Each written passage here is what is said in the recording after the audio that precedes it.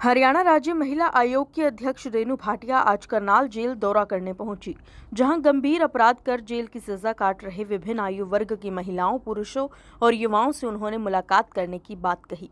रेणु भाटिया ने बताया कि वो अपराधों में सजा काट रहे लोगों से अपराध करने की वजह जानने और समझने का प्रयास करेंगी। रेणु भाटिया ने कहा कि जेल में सजा काट रही महिलाओं के साथ साथ उनके बच्चे भी एक निश्चित उम्र तक उनके साथ जेलों में रहते हैं। ऐसे बच्चों के विकास और उनके स्वभाव में बदलाव को लेकर भी जेल निरीक्षण किया गया है।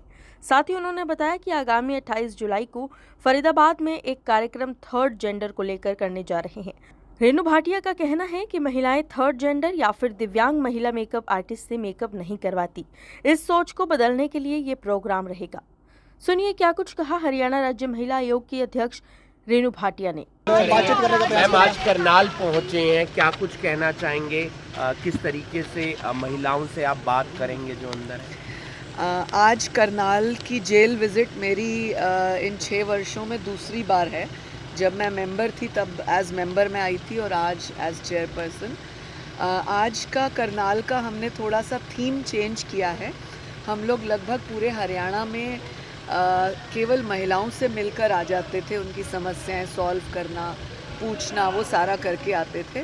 परंतु पिछले कुछ दिन पहले मैंने जब पूरा सर्वे किया और निचोड़ निकाला कि जिन महिलाओं के साथ पुरुष भी बंद हैं उन्हीं जेलों में, उनकी मेंटालिटी का कारण क्या है, वो क्यों महिलाओं की हत्या करते हैं, पत्नी की हत्या क्यों करते हैं, रेप क्यों करते हैं। 18 से 21 वर्ष के कुछ बच्चे यहाँ बंद हैं। मैं आज उनसे मिलूँगी और उनकी मानसिकता जानूँगी कि वो स्टूडेंट लाइफ के बच्चे हैं, उन्होंने रेप क्यों किए, उन्होंने मर्डर क्यों किए, उन्होंने अपराध का रास्ता क्यों चुना, चिट्टा और ये जो अफीम चरस का रास्ता क्यों चुना। क्योंकि मैं एक मास्टर्स इन क्रिमिनल साइकोलॉजी हूँ, तो आज मेरी इस तरह की सोच का विषय है।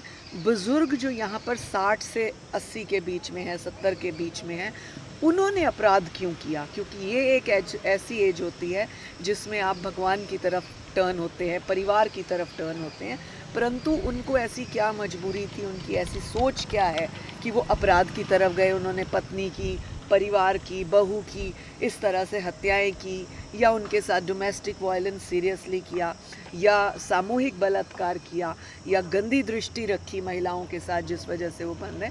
तो ये साइकोलॉजी जानने के लिए आज मैं 4 भागों में जेल के लोगों के मिलूंगी। महिलाओं को, 18 से 21 के बच्चों को, युवाओं को जो 35-40 वर्ष की आयु के हैं, और फिर उसके बाद 55 से लेकर लास्ट एज, जितनी भी हाईएस्ट एज तक के लोग हैं। तो 4 कैटेगरीज में आज मिलने का प्रयास है। कुछ महिलाएं जो जेल में बंद हैं, उनके बच्चे भी उनके साथ रहते हैं, उनकी पढ़ाई सुचारू रूप से चल सके, उसके लिए आप लोग क्या प्रयास कर रहे हैं? बीच में हमारा रोहतक जेल का विज़िट था, वहाँ पर भी महिलाएं थी, 2 बच्चे थे। इसी प्रकार गुरुग्राम जेल में, इसी प्रकार फरीदाबाद की जेल में। तो वहाँ के जितने भी सुप्रिटेंडेंट होते हैं या जो भी इंचार्ज, इवन डीजी जेल से मेरी एक बार बात हुई इस विषय पर कि इन बच्चों को हम इस माहौल से दूर करें, क्योंकि उनको बड़े होकर ये ना पता लगे, जैसे हम लोग अपना बचपन याद करते हैं कि हम बचपन में वहाँ रहते थे, हम बचपन के नानी के गए थे, उन बच्चों को ये ना याद रहे कि हम बचपन में माँ के साथ जेल में थे। तो इस चीज़ को वॉश आउट करने के लिए उनकी शिक्षा और उनकी देखभाल का जल्द हम ध्यान कर पाएँ। परंतु कानून व्यवस्था कुछ ऐसी है कि एक सर्टेन एज तक आपको बच्चा माँ के पास रखना होता है। उसके बाद हमने उनकी शिक्षा, उनके आगे बढ़ने का पूरा प्रयास स्टार्ट किया है कि उनकी लाइफ डिफरेंट हो, आपराधिक दृष्टिकोण ना हो उनका। जेल में मैम महिलाओं की सुविधाओं के लिए भी आप विचार करेंगे? जी,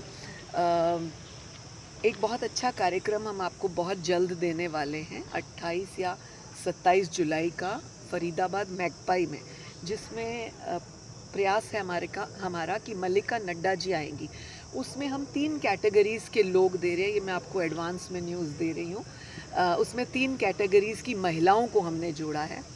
एक थर्ड जेंडर की महिलाएं जो मेकअप एक्सपर्ट हैं, जिनसे लोग मेकअप नहीं कराते, अरे ये तो ऐसी है, ये तो थर्ड जेंडर है, मजाक की दृष्टि से लेते हैं, पर हम उन महिलाओं को फाइनेंशियली सेट करने का काम कर रहे हैं। उसी के साथ व्हील चेयर पर जो महिलाएं, चाहे वो विडो हैं, हैंडी अनमैरिड हैं, डिवोर्सी हैं, किसी भी कारण से वो व्हील चेयर पर है, चाहे बाय बर्थ है, उनको हम